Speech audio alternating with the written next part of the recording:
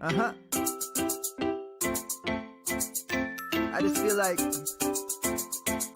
I've been around the block, ripping up fantasy stock, working around the clock. Look at the view from the top. Researching rookies a lot? No, I just be listening to pods. Yeah, one in particular, I'm just a messenger. Let me just pass on the rock. Browning, brunning, pruning, pronouncing ain't what he's doing. What he's doing is not losing, but infusing you with new things. And there's Dennis the Bennett, yeah. The man is a menace, yeah. Building a dynasty, some of the finest things. Promise you, you won't regret it. Sly as a fox, cultured in pop. Give him his props. Here is a thought, here is a box, and you cannot compare them at all. So don't even try. Careful with the news, but when you use a take, I take up Tony Fire. I mean Dyer, because anyone else is a huge mistake. Whoa, fantasy round table, fantasy round table, yeah. Fantasy round table. Come take a look at the crown, baby. Hey, fantasy round table, fantasy round table, woo. Fantasy round table. Come take a look at the crown, baby. Go.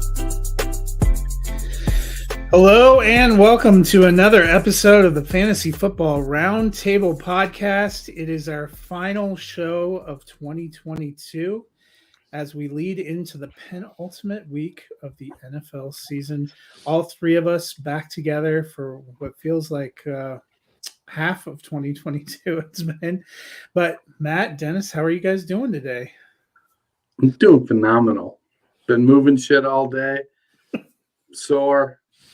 You know, me and Advil are going to get a real close relationship the rest of the evening. Yeah, I'm here.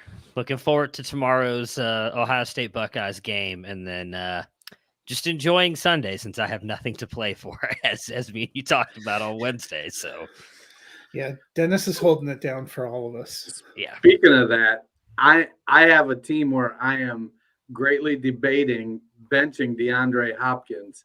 And my choices are Drake London, Isaiah Hodgins, or who was the other one? Somebody in that, Josh Palmer. I'm going with Drake London. No question. Me too, but I don't know that I would listen to the two of us. So I'll just, that's who I would go with. David Blau is starting for Arizona. Yeah. And as we'll get to a little bit later, DeAndre is also banged up, not a lock to play. Which, welcome to Fantasy Championship Week, everyone. I'm sure, Matt, you're just heartened to know that in the time you've been gone, Dennis and I have continued our back and forth about the medications we're on because we're all aging. This is a train you can't stop. Yeah, it sucks. I understand. Speaking of, you young kids have no idea how much it sucks getting old. You gotta lean into it, embrace it. No. It grips you like arthritis. I'm going to fight it kicking and screaming. Speaking of gripping you like arthritis, Thursday Night Football ended last night, a lot like how it's gone all season long with what you would charitably classify as a game. It was more competitive than I think we thought it was going to be, with the Cowboys holding a slim 4-point lead late into the third quarter. My favorite part of last night's game, if you guys get a chance, try to look up NFL memes, the picture of Josh Dobbs' parents watching the game. It definitely typifies the events, but Dallas got the win 27-13. I want to talk about Dak Prescott for a moment because since November 24th, Dak has thrown an interception in every game. He's thrown 2 interceptions in 4 of the 6 games, and he has 10 interceptions total in those last 6 games, which is not exactly the encouraging way you're hoping your top quarterback is going to careen toward the playoffs. Do you guys have any concerns about Dak? Well, I'm not benching him. Yeah, not benching him, but some, but not. I'm not panicking about it right now. I think some of it has to do with they just don't have anybody else there besides CeeDee Lamb. Like, I know Schultz had a good game, and he played Hilton's well. Actually looking like he might genuinely be their wide receiver too. I think they need another weapon for Dak, and I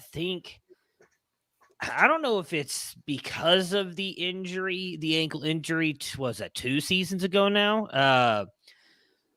or if it's just a play call, they don't seem to want him to run much either. And I think that's affecting the way that he plays here. He's just not a guy that he can sit in the pocket and dice you up, but being able to use his legs, it was a big part of his game when he was younger. He's just not younger in the earlier seasons, and he's just not doing it as much. And I wonder if that's part of the issue too, but I'm not necessarily worried about him. Yeah, Dak early, let's see, let me find it. The first several years of his career was good for About 600 yards rushing, about six rushing and touchdowns. 6 touchdowns. So, but since the ankle injury, it's like zip, don't run. And that was really a big part of his production. 6 rushing touchdowns a year from your quarterback and, another 60 points in yardage. That's big. And they haven't really made up for that. They split the backfield with Pollard and Zeke. CeeDee Lamb has stepped up, but Amari Cooper is gone. Gallup is coming off his injuries. He's not being super productive with catches and yards. Occasionally he'll have a good game because of touchdowns. So they do need, I think, to figure out what's going on with their second wide receiver. And then now that Tyron Smith is back, did you guys realize he's playing right tackle, not left tackle? I did not. Yeah, they decided with their 2 young guys, Tyler Smith and I think Connor McGovern on the left side, they're like, look, these guys are the future. And Smith was like, let's keep them together because they're starting to play well. We'll keep them together. I know we got a hole on the right side with Terrence Steele out. Let me step in there. Which is good team playing. I still think Dallas will end up being okay. On the flip side, we saw the Titans put Ryan Tannehill on IR, so dashing any hopes that he might come back, which seemed like a little bit of a stretch that he would have ankle surgery and 2 weeks later be playing. But this is the NFL in 2022, so you never know. You would have thought that this would be a chance for an extended audition for Malik Willis, though he wasn't incredibly strong in his first 3 starts. Instead, they went and snatched Josh Dobbs off a practice squad and put him right into the starting lineup. He wasn't terrible last night. 20 of 39, 232 yards, a touchdown, and an interception. But now they have a must-win game if they want to get into the playoffs against Jacksonville in Week 18. You would assume Dobbs probably continues starting. What do you think this means for Malik Willis going forward? I think it's exactly what some of us had said was wrong with Malik Willis. He just wasn't ready. I don't know that this means he's never going to be ready or get a shot, but I just think that it shows that he's clearly not going to get that shot this year. The fact that they just signed Josh Dobbs off the waiver wire and then started him, I think it just speaks clearly about that fact. I don't want to just say that he's never going to get a shot again, but it doesn't look good, especially with all the rumors that the Titans might blow everything up this offseason. I don't know why. Then if I don't think they move on from Vrabel, but if they do blow everything up, maybe they just decide to roll with Malik Willis and give him a shot next year. But at least right now, I would think it shows that they just don't believe that he's anywhere near ready. So I think if they thought there was any shot he was going to be the guy right now in the future, they let him play out these couple games and see what he's got. And the fact that they didn't, I think just speaks volumes about their confidence level in him. Yeah, I was talking with Garrett Price last night on the BSN Dynasty Nerd Show. We were talking about the quarterback situation around the league. Tannehill has 1 year left and $18.8 million in dead cap. So I don't think they're getting rid of Tannehill. I think they're looking at, if they make it, they're going to give it all they got this year. And if they beat Jacksonville next week and get into the playoffs, they're just going to play hard. If they end up not, if they don't make it, then they're just going to start the rebuild. And I think they're going to try, not rebuild. I think they're going to try to retool and make one more run at it with Derrick Henry and Ryan Tannehill. I think adding Burks, he had 8 targets last night. He's going to be their alpha receiver. They've got some parts. I think they try to retool and make one more run with Tannehill so that Willis can get that seasoning on the bench, that work with the NFL quarterback coach, because that's what he needs. Yeah, and I think this just further proof that it was a somewhat dreadful year for rookie quarterbacks coming out. We haven't seen. I mean, Pickett's looked okay in his role. We never saw Corral, but the rest, when we've seen them get a chance, it has not been inspiring. We do have some inspiring games on the Week 17 slate, and we have some crucial games. We're going to dial it in and focus on things that may be big questions for you if you were lucky enough, like Dennis, to make it into a fantasy championship game. And who better to help give you advice than Matt and I, who were eliminated, probably combined from like about 60 leagues we managed to get eliminated from. So pretty close, yeah. First game up is probably one of the games everyone's circling that they're most excited about. The 4-11 Arizona Cardinals at the 5-10 Atlanta Falcons. These are the jokes, people. The jokes you can prepare for.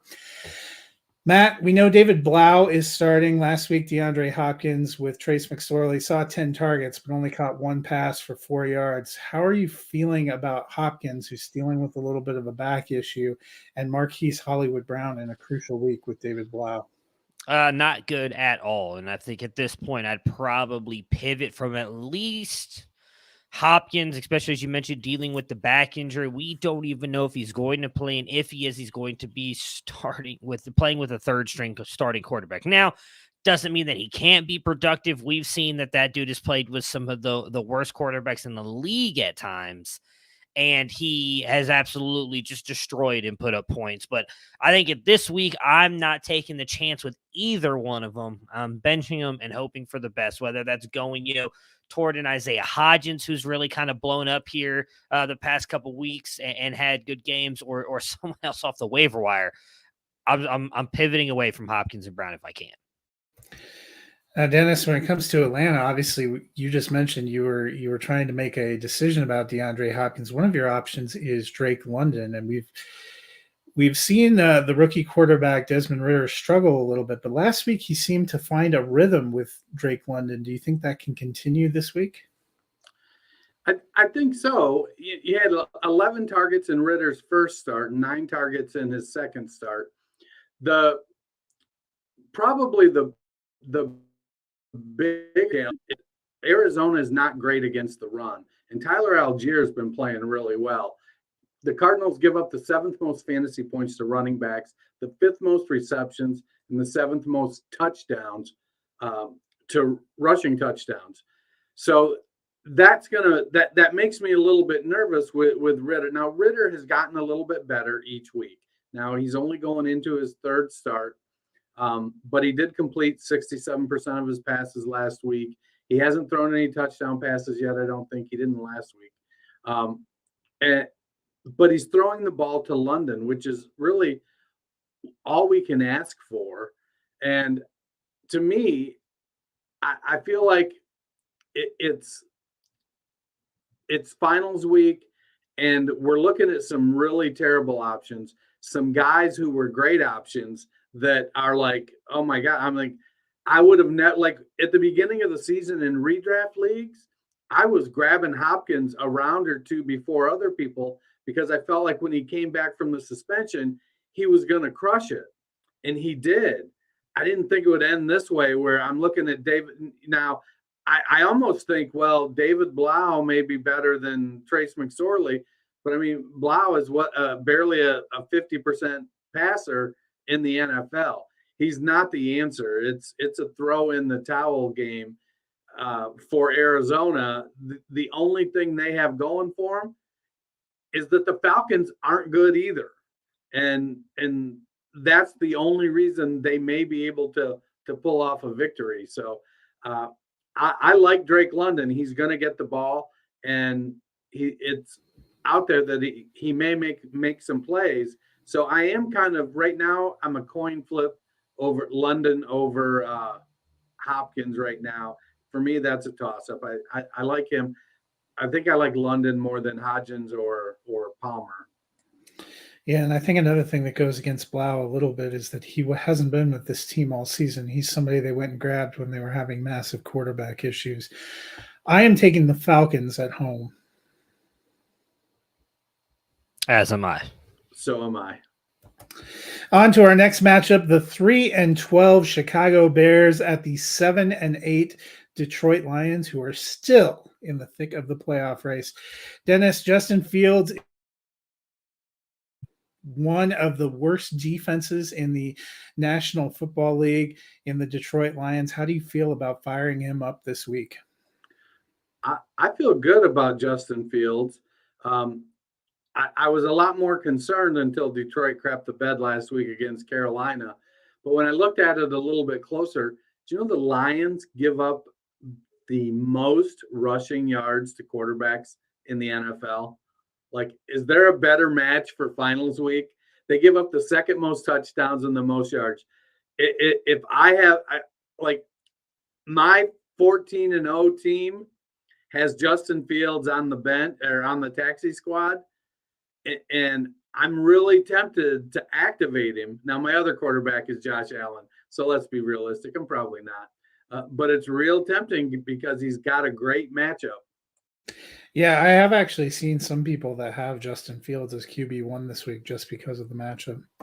On the flip side for Detroit, we've seen Jamal Williams and DeAndre Swift alternating and sharing the load to the point that Swift in 12 games only has 82 carries and 37 receptions so far.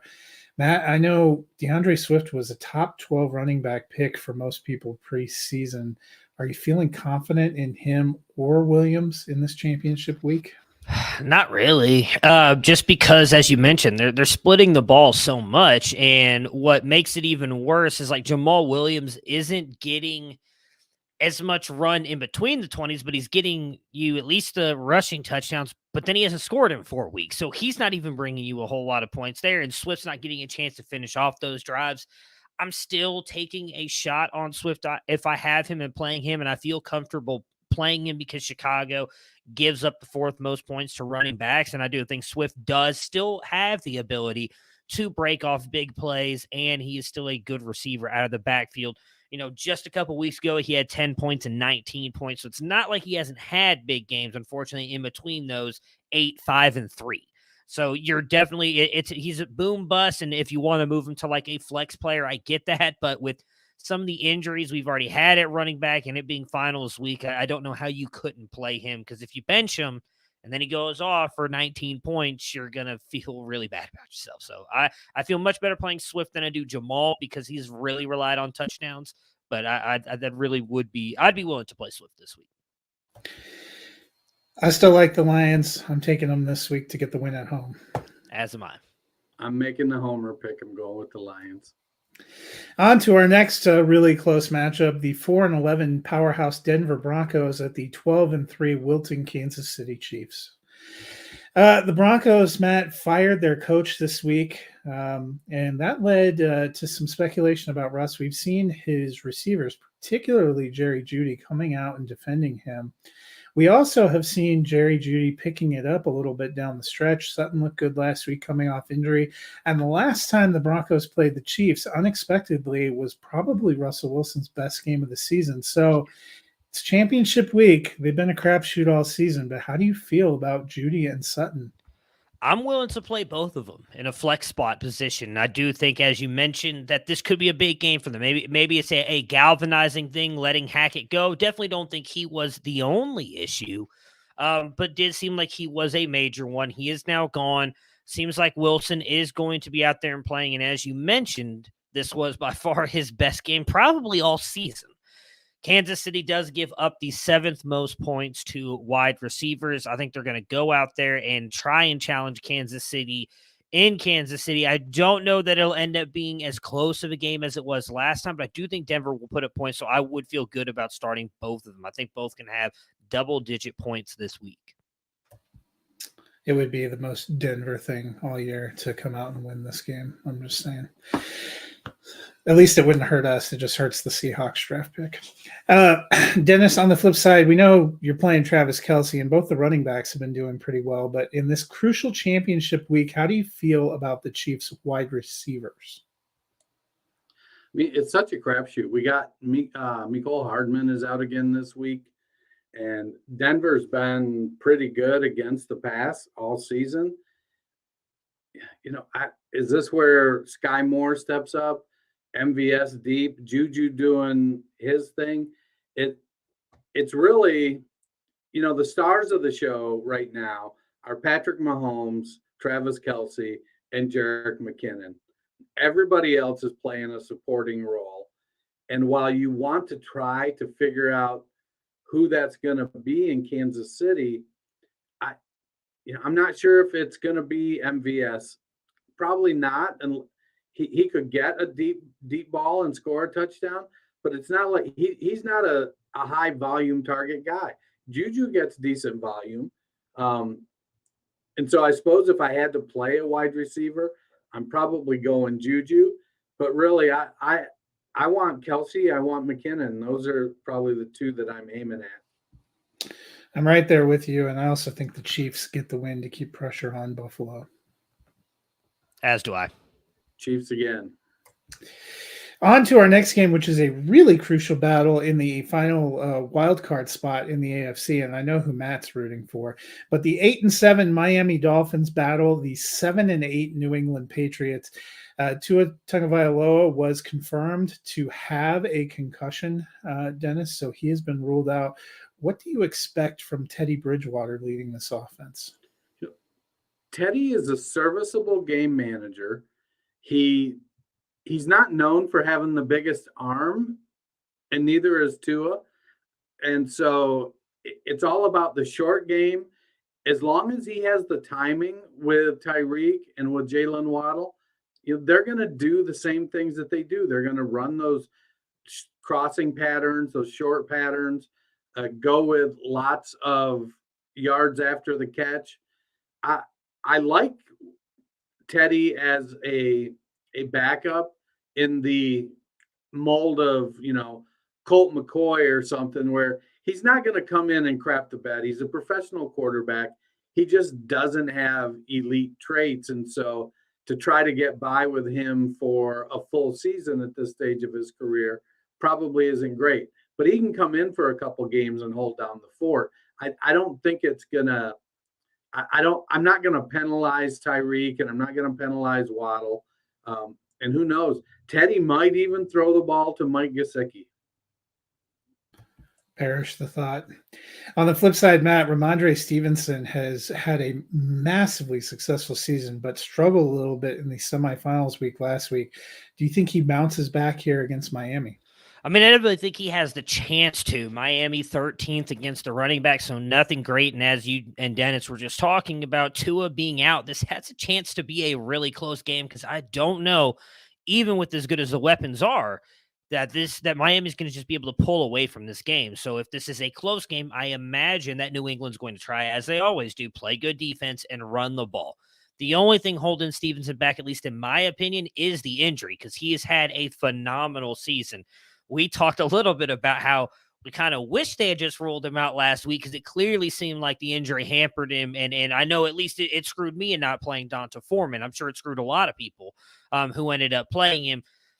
I think you've got to take the chance on him, though, because if he is a little bit healthier, great matchup, likely going to be getting a lot of carries if he's out there. I don't know who you could play over him. Again, I know he only scored, I think, 3 points last week. The week before that was 20 plus. And if he's got a chance again, like I mentioned earlier with, forgot what player I was talking about now at the running back, DeAndre Swift. Like for me, you can't bench that guy. And then if you look down at the end of the day, if you lose by a couple points, if you bench D'Onta Foreman, even as much as I hated it with the Ramondre Stevenson thing last week, I still understood it because I'd rather play Ramondre Stevenson 10 times out of 10 over D'Onta Foreman. You will not feel that way if you bench Ramondre Stevenson and he goes off and you play another running back. You've just got to roll the dice with them. It is what it is with fantasy football. Miami Dolphins 0-2, averaging less than 16 points per game without Tua this year. Give me the New England Patriots. Same. I'm going to take the Dolphins. Dennis isn't like Heath Ledger in The Dark Knight. He doesn't want to introduce any anarchy. I'm hoping there's like 4 AFC teams that all end up 8-8 in a dogfight for the last week. On to New York, where the Giants at 8-6-1 host the 4-10-1 Indianapolis Colts. Matt, we talked about it on Wednesday. Nick Foles looked a little lost in game 1. Will he look any better in game 2? I don't expect him to. I mean, what's intriguing to me, and granted, I guess it was his first time out there, but the Chargers defense, not great. It's not great, Bob. And he was able to get you a whopping 2 points last week. Now, the Giants defense isn't great either, but they're better than the Chargers. And the Giants have a ton to play for this week, as did the Chargers last week. I think they're going to be coming after Foles. I don't think he's going to be out there. Like, I don't see any reason why you should play him. And I think this is honestly going to hurt everybody on the Colts like it did last week. Like, I think you seriously, unfortunately, have to think about pivoting off Pittman. And I mean, is Deion still playing? He didn't get hurt, right? Deion Jackson, there was a lot of rumors that he had a profanity-laced tirade against Jeff Saturday prior to Monday's game, which would have been great information before Monday's game. Yeah. Realize he got rotated out of the rotation. Yeah, that's what I was trying to figure out. I did not realize that part. So if he, if Jeff Saturday has forgiven him and lets him play, I still would feel good about him just because of that offensive line. And obviously if Taylor was playing, I would have feel good about him. That's the only player I feel good about playing. And again, that's something you have to watch. You're honestly taking a big risk with that because Jeff Saturday may not be for a forgiving person and be like, yeah, you know what, F you can continue to sit on the bench. So I would avoid every Colt if I could in this game. I think it's going to be a massive game for the Giants, and I don't think Foles is going to do anything to raise the offensive players around. Yeah, I'm kind of with you. There aren't any Colts that I'm bullish on playing. Dennis, on the flip side, we've been waiting to see if the Giants would find a go-to wide receiver. Slayton's looked good at times, but another guy that's really stepped up is young Isaiah Hodgins, making the most of his opportunity. How do you feel about him during this crucial championship week? Yeah, I think he's in the wide receiver 3 territory. I'm fairly comfortable with him being there. He's getting real. I think he's playing his way into being one of the Giants' top 3 next year. To me, it feels like the Giants are building a culture-oriented team. And so I know Saquon Barkley is a free agent and Daniel Jones is a free agent. It feels like these guys are going to come back, maybe not on long-term deals, couple years for Daniel Jones, maybe 2 years with a third-year option that's team-friendly enough that if they had to get out of it after one, it wouldn't crush them. But it feels like they are building something the way that wide receiver group has played after initially falling apart. And I like Isaiah Hodgins, and he's getting some volume. He's getting into the end zone occasionally. And he brings a different, he's not as fast as Slayton. He isn't as quick as Richie James. He's just that other guy. And while he's probably not a complete alpha wide receiver, he's a bigger guy. It's I think 6'3", 215. And so he's like that mid-range receiver that's like a good number 2 outside guy that if they were to bring in an alpha and pair them with him and Hodgins and Wan'Dale Robinson, it feels like they could take a really big step next year. So I like what Hodgins is doing. Like I said at the beginning of the show, I'm real close to putting him in over DeAndre Hopkins. It's going to be a fretful couple days for me. Yeah, 8 for 89 and a touchdown last week. I like what Hodgins is doing. Give me the Giants to lock up their playoff spot. Same. I think the Giants win.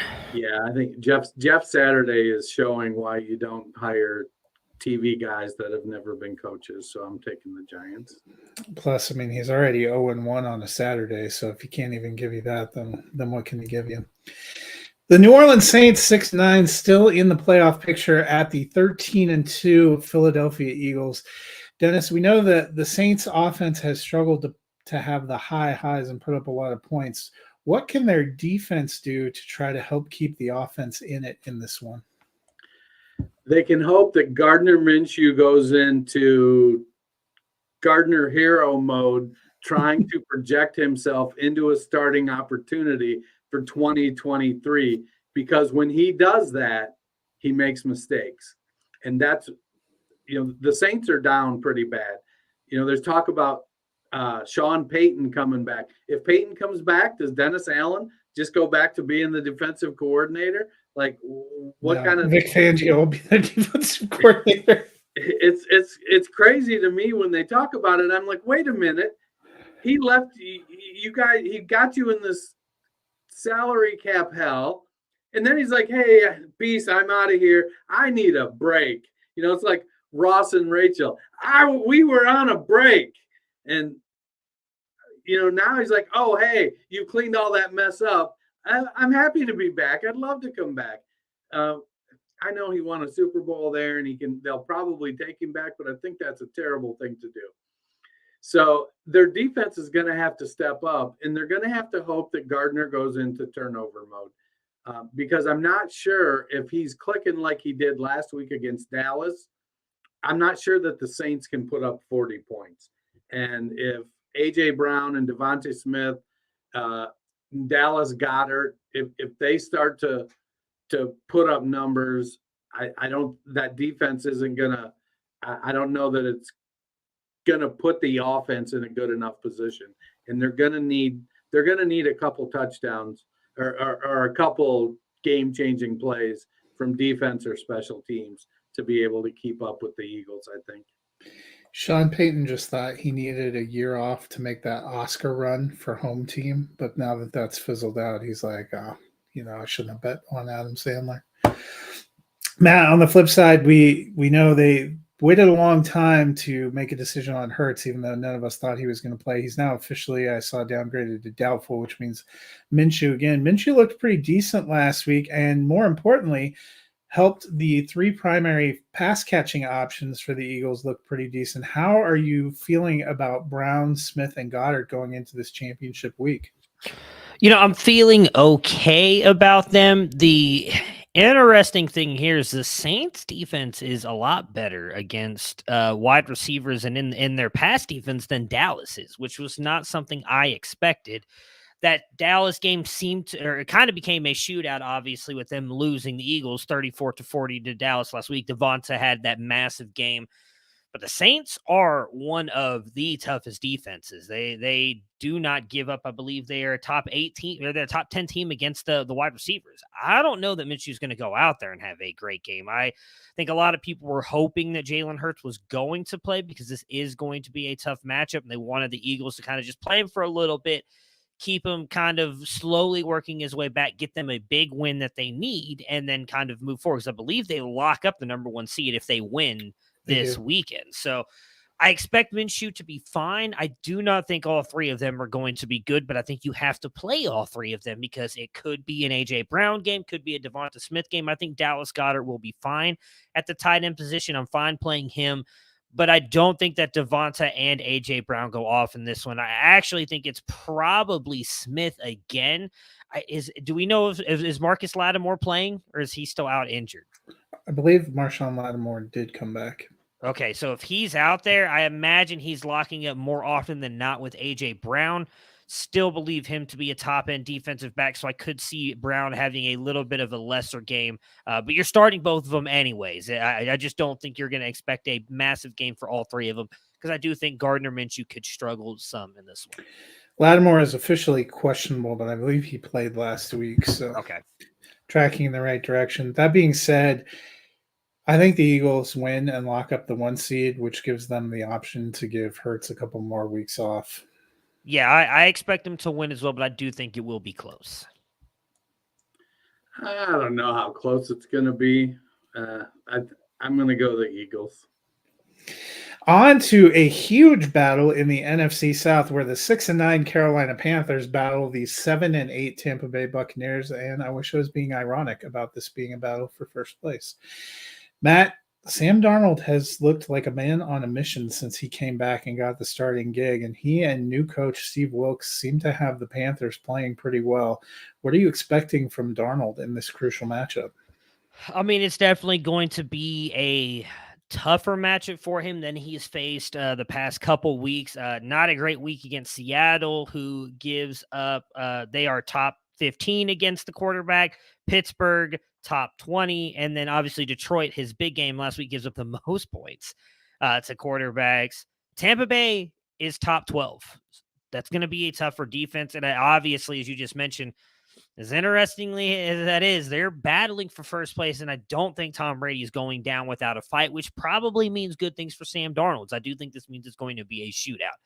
I don't know that I feel comfortable playing him if we're talking about a super flex league. If you really have to throw him in as your QB2, fine. But I do think this means great things for DJ Moore, who I think is going to be in for another big game this week, and Donta Foreman, who we saw, even though in a three-headed backfield last week against Detroit, kind of led that team. I think he could have a big game as well here. And Darnold's probably going to be slinging it to try and get the Panthers into the playoffs.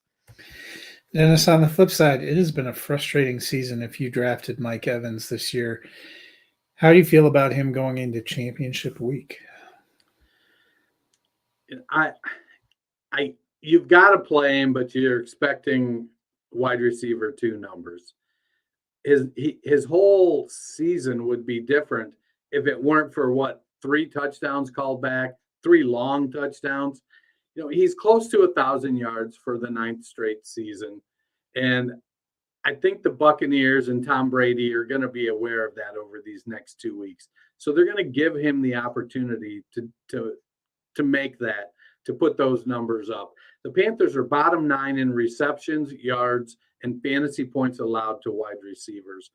I think this is going to be a throwing game. They're going to put up some numbers. They're going to try to boat race the Panthers, and they're going to try to get numbers for people because they need to put the Panthers away to kind of secure them getting into the playoffs over the Panthers. And I feel like we're in a situation where I think Todd Bowles may be coaching for his coaching life right now. And I know that it's not necessarily his or Leftwich's fault that Brady hasn't been great this year, but it feels like they also haven't put Brady in great position to make a difference. And to me, they could make the playoffs and maybe still fire Bowles. I don't think Brady's going to come back. I don't think they're going to franchise tag him at this stage of his career and tie up that much money. But I think that Evans is a reasonably good start this week. If you can expect it, he's a wide receiver 2 with upside. I mentioned it before. I like to see a lot of chaos, and there's nothing that would be more 2022 in the NFL than the Panthers getting the win. I am taking the Panthers. As am I, actually. I'm going Buccaneers, I believe. It's been hard to believe in anything that has the word South by it in either the AFC or the NFC. On to Washington, where the 7-1 Washington Commanders host the 6-9 Cleveland Browns. Dennis, championship week. He's had a good season, but how are you feeling about Nick Chubb? I'd love to say that he's going to get 30 carries because I think that you can run on the Commanders. But you read that report that Matt posted? I know. That's exactly what I'm alluding to. I mean, to me, that feels like you're headed for a power struggle. You've got a coach with a run-first philosophy, and I'm all about analytics. I think analytics are good, but I don't think you have to be blind to them and just I think if you follow analytics blindly without putting some reasoned thinking behind it, you might as well be in a cult. So I like what the possibilities are. I just feel like Stefanski's trying to get to the off season, to have a power struggle with Podesta and see how it shakes out. So he can kind of say, look, I get that there are times when we need to lean on the pass, but also we've got Nick effing Chubb, and there are times that we need to lean on Nick Chubb and let him get the carries because he'll get us there. I just don't know that it's this week. Matt, on the flip side, the Washington Commanders need to get wins to secure their playoff spot. They've decided to turn to the Red Rifle squared, Carson Wentz. How are you feeling about Wentz? Not great, Bob. For as bad as Cleveland's defense has been continually against the run, I do think there's still a decent ranked defense against the pass and in the secondary. Carson Wentz coming back, having Myles Garrett coming at you with, realistically, obviously, Cleveland really doesn't have anything to play for anymore at this point, but they can still kind of wreck games and kind of ruin you from making the playoffs. And I think that they will come out firing here. I still think he's going to be okay. I still think I'm playing Terry McLaurin, who's had a decent season, actually. I think he's a guy that we don't talk enough about as having a really good year. Even with Heineke not in there, who we know will force the ball to McLaurin, what's the saying? Come hell or high water, right? That's that he will get the ball to Terry McLaurin. I think Wentz will do the same thing here, but I'm not expecting a massive day for him. No Antonio Gibson this week. I do like Brian Robinson. I am also taking the Commanders. I'm going to go with the Commanders too, as much as it hurts me. My concern with McLaurin, though, is that early in the season, Wentz was Pepper and Dotson and Samuel. Yeah, that's what I was going to say. I'm going to take the Browns. I think they pull off the upset. Yeah, I mean, this isn't a game where you feel rock solid one way. Yeah, there's a lot of games like that this week. On to a massive battle in the AFC South. I'm just kidding. It's just a game. The Jacksonville Jaguars, 7-8 in first place, battle the 2-12-1 Houston Texans, who, if they were smart, would be trying to lose on purpose to maintain the number one overall pick. No one ever said the Texans were a smart franchise. Matt, how do you feel about Travis Etienne this week? I think he's going to be great. The Texans have a horrible rush defense, and practically anybody who's gone about them has helped you win your week. And I think Etienne can do this, not only because obviously you mentioned they are in first place. Well, that's more the Cleveland Browns, I would say, actually. But yeah, I think Etienne's going to be in for a big game here. Not just rushing the ball. I think he will get a few catches as well. Jacksonville trying to secure that playoff spot. Like I'm all in on. I never thought I'd say this because I haven't been all season, but I'm actually all in on Etienne this week. I think he's going to be really good. Dennis, on the flip side, one of the bright spots for the Texans this year had been rookie Dameon Pierce, who is now on IR. With Pierce gone, what are you expecting from a Texans backfield that's made up of, I don't know, Burkhead, Royce Freeman, spare parts? I'm not expecting a lot. And they got Brandon Cooks back last week, and he had good volume. It's a situation where Pierce was playing really, really well. And while he kind of, in the middle of the season, he came up against some tough defenses, and it showed. I liked Pierce a lot. Now, Burkhead he's a Jag. I think he's a very fortunate core special teamer. Dario Ogumbawale, passing down back that just is a guy. And then Royce Freeman, as much as I liked him coming out of college, also just a guy. So for playing the Jags, they have an awful lot of Jags in their backfield. That's what we call a segue, people. Now the Texans have a couple good offensive tackles, and they've got some pieces to build around. But Nico Collins is on IR. Chris Moore has stepped up in his stead. But the running back is just a mess with Pierce. They don't have they're starting three RB3s, RB3s, 4s, 5s. That's who they're playing. They don't have an RB1 or an RB2 right now with Pierce out. So you're not going to play anybody in the run game, no matter how desperate you are. I mean, you're not playing them in DFS even. It's because they let their stud, Marlon Mack, go to be Latavius Murray's backup in Denver. I am taking the Jaguars. As am I. So am I. On to the Sunday afternoon games. And yes, that is correct. All those games you just listened to are morning games because the NFL still does not know how to balance a schedule. Sunday afternoon games, the first one, San Francisco 49ers 11-4 at the 6-9 Las Vegas Raiders, a battle of Brock Purdy and Jarrett Stidham, just like we all imagined it would be back in August. Dennis, Brock Purdy 3-0 as a starter, but how are you feeling about him as a super flex option in fantasy? I feel pretty good about him. He's QB 10 the last 4 weeks.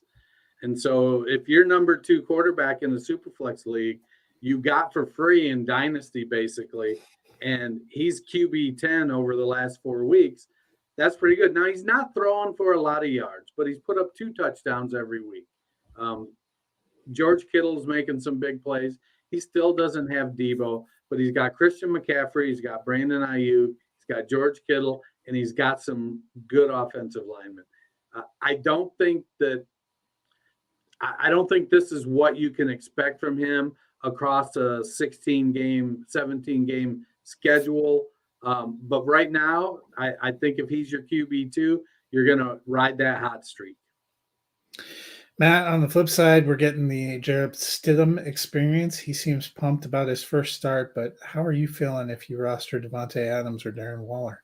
The opposite of how Jarrett Stidham's feeling. I don't think this is going to be good at all. San Francisco, very good defense, ton to play for here. Devontae Adams, I believe, had 3 points last week. I'd expect just about the same here, if not less. We've seen Jarrett Stidham. He's unfortunately not a good quarterback. I'm not trying to trash the young man. Is going to be 10 times the quarterback I would ever want to be. But he's just not at the NFL level. I know Derek Carr has struggled and not been good, but this whole thing, I think, just does not make sense, especially with the fact that you've seen players come out in defense of Derek Carr after this move. I think we're in the early stages of exactly what happened in Denver that forced Josh McDaniels out. What was it, after a year and a half with Denver? Is that correct?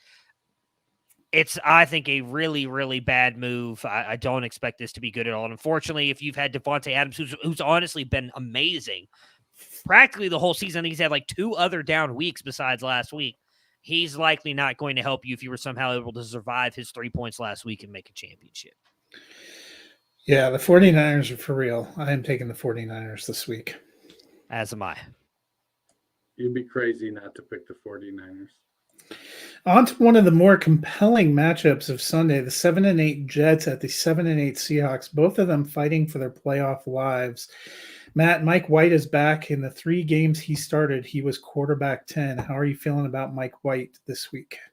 Great. I mean, not only has he played better than Zach Wilson when he was out there, but we've seen this team, they love Mike White. They were wearing shirts of him pre-game. They all talk very glowingly about him. I think obviously the fact that he's come back, that he's healthy, is going to be a good thing. If you've got him, Tennis just mentioned in the last game, if you got Brock Purdy for free and you're playing him, I'll feel the same thing about Mike White here. If you've got him, I would feel more than comfortable throwing him out here in my super flex position. Seattle was a great story early on. I think they're kind of coming back. They've come back to the pack offensively and defensively here. I think Mike White, Garrett Wilson are going to be in for Tyler Conklin, could be revived a little bit here as well. Like, I'm all in on the Jets team this week. I think they're in for a great game here for Seattle, against Seattle.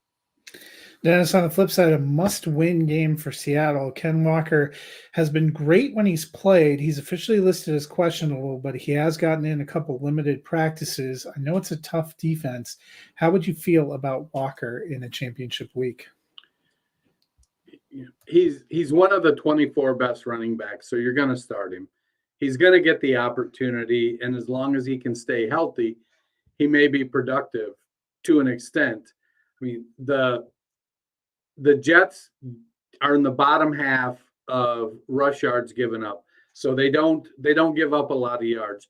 They're in the top half of passing yards to running backs, so they are susceptible to running backs in the passing game. which is for as hard as the Seattle Seahawks have went about trying to paint this picture of Kenneth Walker as a receiving back, it's not really there yet. It may be someday. Now he's explosive, and if his health is holding up, he does have a shot to make some plays, and he may get a few passes and do something with them. I'm more concerned with like DJ Dallas or Travis Homer siphoning off the passing game work, but he is one of the top 24 backs in the league this week, and if you roster him, you got to start him and expect that he's going to be an RB2. I think this might be one of the more fun games, but I'm taking the Jets. As am I. Me as well. On to another game that could be fun in the late afternoon window, America's Game of the Week. The 12-3 Minnesota Vikings at the 7-8 Green Bay Packers. A lot on the line for both teams in this one. The Vikings still chasing to possibly get the number 1 seed. The Packers still trying to pull off that miracle finish to get into the playoffs. Dennis, we've seen the Vikings struggle a little bit at times against contenders. What do they need to do to get a big win here in Lambeau? They need to stay far enough ahead of the Packers that Aaron Rodgers doesn't give that team hope. I think Watson's dinged up this week, and so I don't know that they're going to have Christian Watson, and that's going to help the Vikings. But, I mean, they've got Dalvin Cook, they've got Justin Jefferson, they've got TJ Hawkinson. There's no shortage of weapons on the Minnesota side. But Minnesota, I think I saw a stat today that said they've won like 9 one-score games. They're like 9-0 in one-score games. So they're closing it out when it's close. They're finding a way to win. Dalvin isn't putting up the yardage you want to see, and it's funny because like I'll check in on that game and their games, and it'll looking like Jefferson. It'll be middle of the third quarter, and Jefferson's got like 3 for 37 or something like that. And you're like, oh, this is the week he lays a stinker. And then you get to the end of the game and he's got like 11 for 147 and 2 touchdowns or something like that. They just have to play their game. Jair Alexander is a good cornerback, and he's been mouthing off in the press at Justin Jefferson, who lit him up in the first game. I think it's going to be a tough game. I like the Vikings here. I think they've got a good enough defense, and their offensive line will hold up just enough. Man, on the flip side, the pass defense has been the Achilles heel for the Vikings this season. What do the Packers need from Aaron Rodgers to pull off the win? They need him to be him. And I think it's not unfair to say earlier in the season when they were struggling, he was kind of being a little bit of a sourpuss and pouting and not necessarily being the guy that we know. Past couple of weeks, we've seen that kind of same Aaron Rodgers, has a little bit of magic, a little bit of front running going on. They've been playing better. Dennis mentioned Jair Alexander's been mouthing off in the press. Well, may end up helping him out because Justin Jefferson is not the same Justin Jefferson when he's not playing indoors. That dude indoors is unstoppable. This is in Lambeau. It's not like it's going to be, I don't believe, 50 degrees outside. It's going to be pretty cold. Outdoors, now he still had, what does he put up, like 1,400 yards this season? It's not like Justin Jefferson's been bad, so I'm not telling you that. But he doesn't quite put up 200 receiving yards a game like he does, especially at home. That dude is unstoppable in Minnesota. Now, I don't know that Jair Alexander is going to shut him down, but I do think that the Packers are going to stay in this game. They just look like a different team right now. Maybe it's just all coming together for them offensively and defensively, but they look like a much different team than they were early on. Rodgers has just got to not turn the ball over and make some magic plays, and I think they have a chance to win this game. I'm playing him, Lazard. I'm not playing Aaron. Well, no, I would play Aaron Jones. I think Aaron Jones could be in for a decent day today, or not today, this weekend. And that might be why you and I have nothing to play for this weekend. Yeah. But I don't know why. Call me crazy. I'm starting to believe I'm taking the Packers. As am I. I think they pull off a massive win. Skol, brother. Skol, Vikings. And now the final afternoon window game is a Battle of Los Angeles. The 5-10 Los Angeles Rams at the 9-6 Los Angeles Chargers. Matt, last week Baker Mayfield manage some Baker Mayfield magic? Can he do it again? I think so. Look, we've talked about it.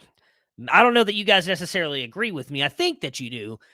Baker is not a bad quarterback. He's not the number one overall pick that the Browns took and expected him to be, but I do think he is a starting 32 quarterback. And who better to be than with Sean McVay? And I think we've seen the best out of Baker because of that, because he's actually got an offensive kind of head coach who knows how to utilize him correctly. Because let's be honest, Matt Stafford, maybe it was the injuries, did not look good this year. Baker and this offense have actually looked good. The other thing here with the Chargers, they've secured their spot. And I'm not saying they don't have anything to play for, but they're not catching the Chiefs. They're not winning the division. At best, they're just playing for a better seed right now in the playoffs. I think this will be a close game, and I do think Baker can pull some magic here and possibly help the Rams win another game and possibly get himself a job in the next season as a starting quarterback. Dennis, on the flip side, if you rostered Mike Williams and Keenan Allen, it's been a little bit of a frustrating season, but they're both getting healthy as the season comes to a close. Championship week, how are you feeling about them? And how are you feeling about Gerald Everett, who's been a little up and down at tight end? Yeah, Everett's been every bit as up and down as Mike Williams has been since he came back. Keenan's been a wide receiver one, though, 3 of the 6 games since he's returned from injury.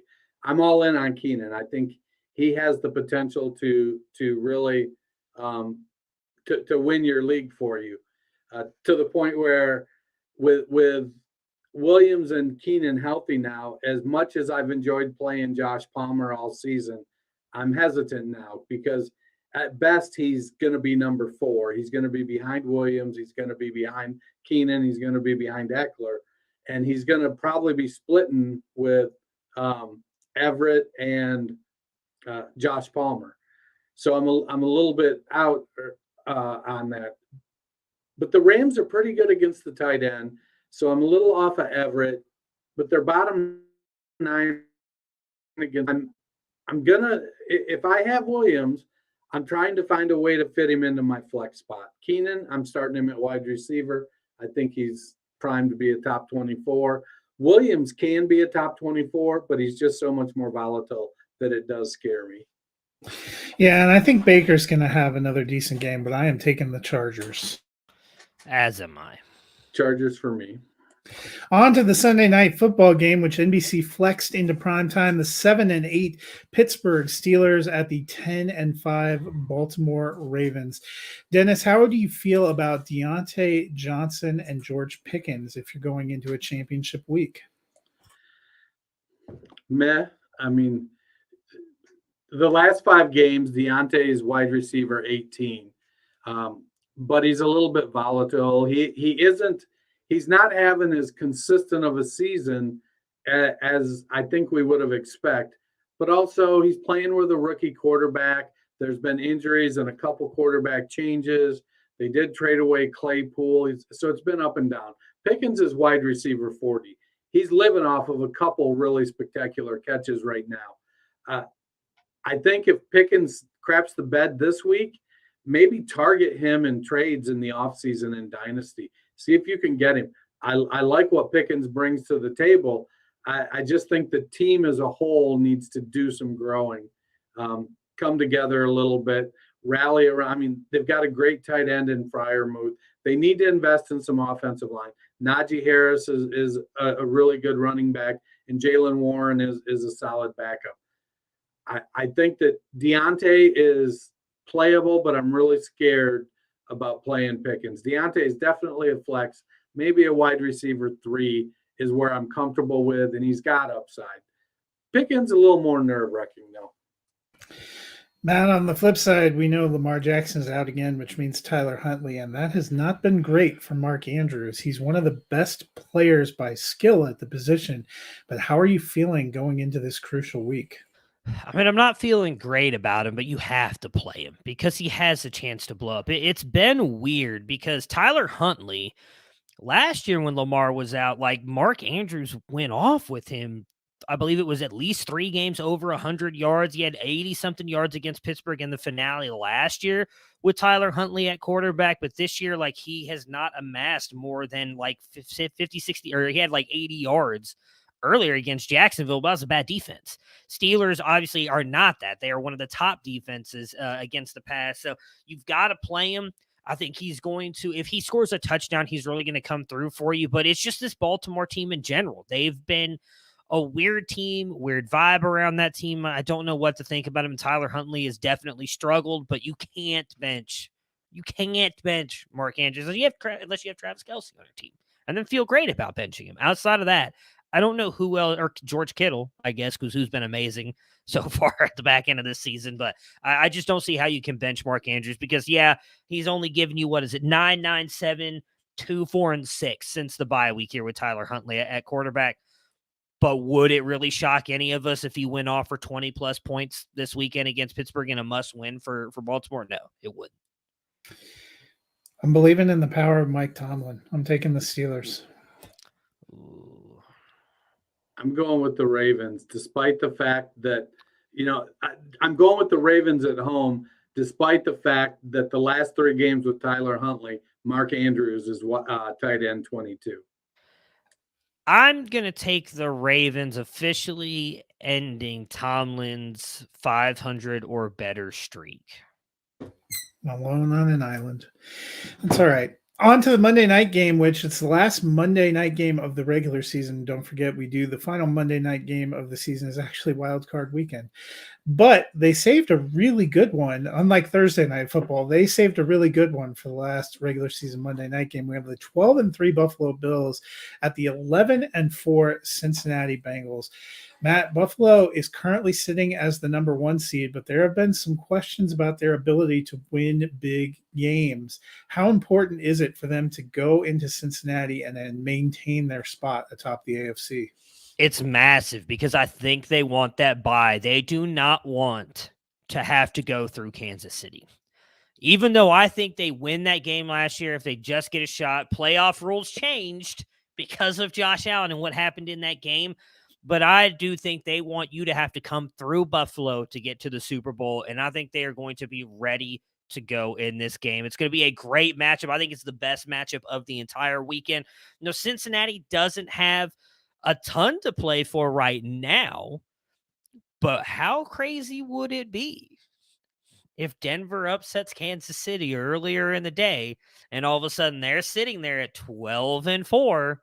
And if Cincinnati wins, I don't think they have a shot to jump to the number 1 seed, but they could possibly after next week if there's some more losing that goes on because they're only a game behind Buffalo and Kansas City, and they would now have the tiebreaker over Buffalo by getting that win on them. But I do think Buffalo, they have the tiebreaker over Kansas City. Yeah, so there's a lot to play for Cincinnati. So, this is not going to be an easy matchup. I think it's going to be the best game of the weekend, but I do think Josh Allen and the Bills pulled off that. They've ton of motivation. I do think at the end of the day, they are the better team as well. As good as Cincinnati is, I think Josh Allen and the Bills are the better team. Dennis, Joe Burrow has been hot all year long. What does he need to do to go out on Monday night and get a big win at home? He needs to bring in some of that mountain magic from Appalachia. Their offensive line has gotten him beat up pretty good before, and he doesn't mind. Well, I mean, he minds, but he'd prefer not to. But he shakes it off. And Buffalo is like bottom 12, bottom 11 in yards given up to wide receivers. And when you've got Jamar Chase and T. Higgins and Tyler Boyd, they've got some weapons. I think Burrow stands in there and makes it a game. And I like what Cincinnati brings to the table defensively. They get after the quarterback. I know Allen is big and he can fight off, blitzing smaller linebackers and safeties. He's a good runner, gets out of the pocket. I agree. It's going to be a phenomenal game. And I think what Burrow has to do is the same thing he's done all year. Don't be afraid to take shots when they're there. Make sure you get the ball to your guys that make plays. I mean, and I don't mean Trenton Irwin. I mean Jamar Chase, T. Higgins, Tyler Boyd, Joe Mixon. Those are the guys I mean. And but I think they can pull it off. Look, you're going to take touchdowns where you can get the touchdowns. This, I agree, could be the best game of the week. Buffalo was my preseason pick to go to the Super Bowl. I've been riding them all season. I'm going to keep riding them. I'm taking the Bills. As am I, in a very close game. I'm going Bengals. Who day? It's going to be a good one. Well, that is a wrap for us, and that is a wrap for all the games in Week 17. If you are lucky enough to not be like Matt and I and be in a fantasy championship, we are pulling for you. We are also pulling for you, Dennis, because someone on the show has to represent. But if you have some time, maybe you're in a market where you got stuck with the Falcons and the Cardinals, and you have a little free time during the game. Dennis, what should the people do? They should go out and give us a rate and a review. That helps us a ton. We're big in England. We need all the boosts we can get. We want to be big in the States. But yeah, rate, review, subscribe, download, listen, don't listen. Give us some feedback. We love to hear from you. Hit us up at Roundtable FF on Twitter. We try to make sure we engage there, but honestly, sometimes it gets away because we tend to spend a lot more time on our personal Twitters. But go follow us there. Help us grow that platform too. Well, wishing you all the best of luck, and everyone enjoy Week 17. Dennis and I will be back with you Monday looking at all of the craziness that I'm sure we are going to get